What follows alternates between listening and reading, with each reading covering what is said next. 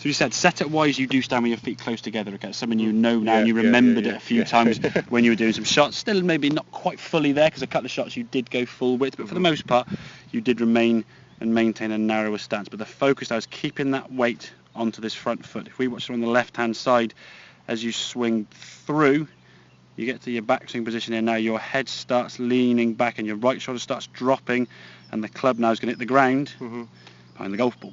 That's going to really compromise and affect your contact. You might, in the winter, you'll stub the ground behind the ball and it will go nowhere. In the summer, the ground being a lot harder, hit the ground, club bounces and the ball shoots across the green like an excellent rocket, okay?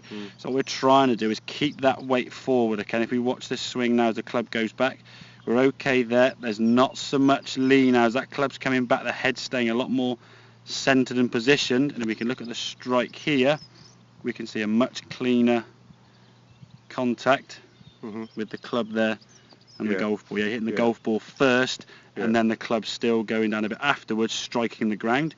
Thus the ball now coming off with a 55, 60 degrees of loft you've got there with your wedge, okay?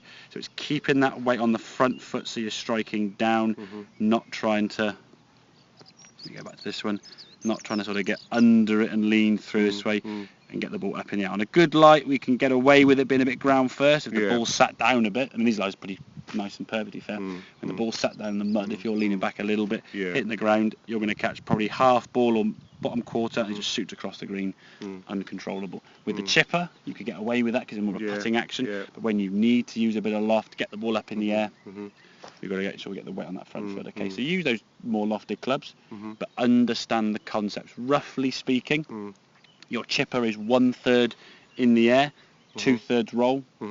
The high lofted wedges are going to be more 2/3 in the air, 1/3 roll.